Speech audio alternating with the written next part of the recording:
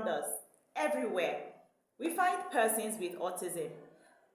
Sometimes we see, but we do not actually know what it is.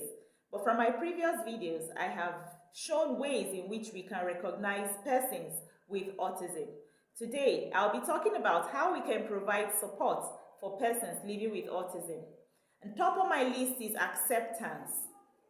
We need to accept the diversity. We need to accept that there are persons who are autistic, who do not necessarily present like we do, who are not typical, who see things differently. We need to know that autism is not a curse. Autism is just diversity. And when we accept, then we know how to deal with it. We know how to provide appropriate support such that these persons would live a fulfilled life in our midst. And number two is creating a safe space. Persons with autism oftentimes have sensory overload. And so when we say creating a safe space, we need to create a safe space for them such that they do not have distractions, especially when it's time to learn. They do not have distractions. They have minimal distractions. We also create a safe space for them to feel as comfortable as possible to express themselves, being that these ones have issues. They have difficulty expressing themselves verbally and non-verbally. Now, number three is establishing a routine. For most parents I have worked with, I have noticed that they oftentimes complain that when the children get home, they are all over the place. They just play around, they make a lot of noise, they are hyperactive, they destroy things. Now, this is sometimes because we do not establish a routine for them. We do not create a structure for them. I have helped a couple of parents create a plan for the children such that when they get home, there is always an activity. Most times a fun activity for them to do so that they do not have a free time. When we create or establish a routine for persons with autism, they thrive better because they do well with routine. And it gets to a point when you don't even need to remind them to go through these routines anymore. They just know what to do and they go ahead and do it. Now, number 4 on my list is creating visual aids. As teachers of persons with autism, we need to make visual aids because most of them are visual learners. Now, these visual aids sometimes are not conventional visual aids. We create visual aids for them to even see how to navigate through the school system.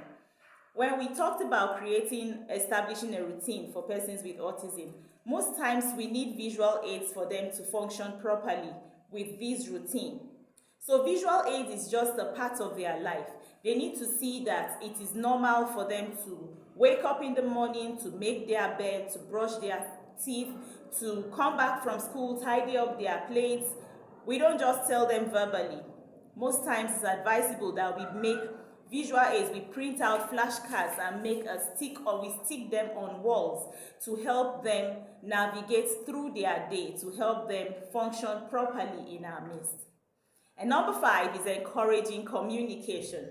We've been repeating this over and over that persons with autism have difficulty communicating both verbally and non-verbally. How can we encourage communication? We try as much as possible to come down to their level, maintain eye contact, avoid distractions when we want to pass an information, and encourage these ones to use their words, encourage them to communicate.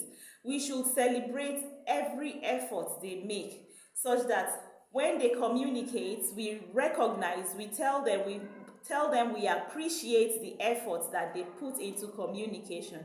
We always encourage communication so that these ones may be able to function properly when they leave the house, they function properly in the society. Now that's our aim in the long run. We don't want to have these children under our apron all the time. We want them to be able to go out, to step out and live as normal as possible in the society. Number 6 is fostering social connection. Now, we also mentioned previously that persons with autism have difficulty socializing. How do we foster social connection? We can organize play dates. We can take them out to the movies. We can help them to just make friends in the school setting. We just include them in everything that we do. So when we foster social connection in persons with autism, we are also helping them to see the need to be able to be a part of the society, a functional part of the society, and we help them to see that they are truly appreciated.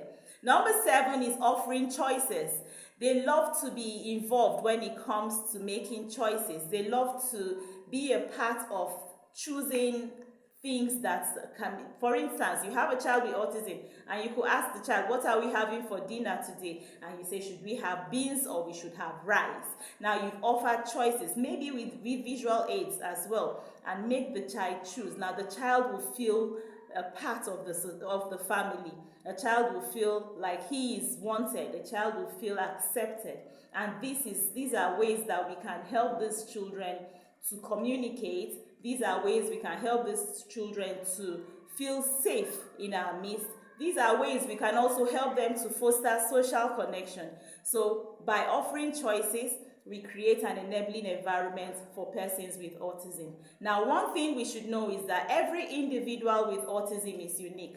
And so when we make a plan, or we set out a plan for persons with autism, we should look at their uniqueness and make this plan to suit this person.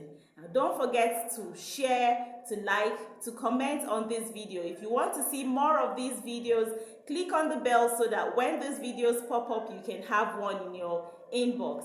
Thank you for watching. We'll make more of these videos on persons with autism and other related disorders.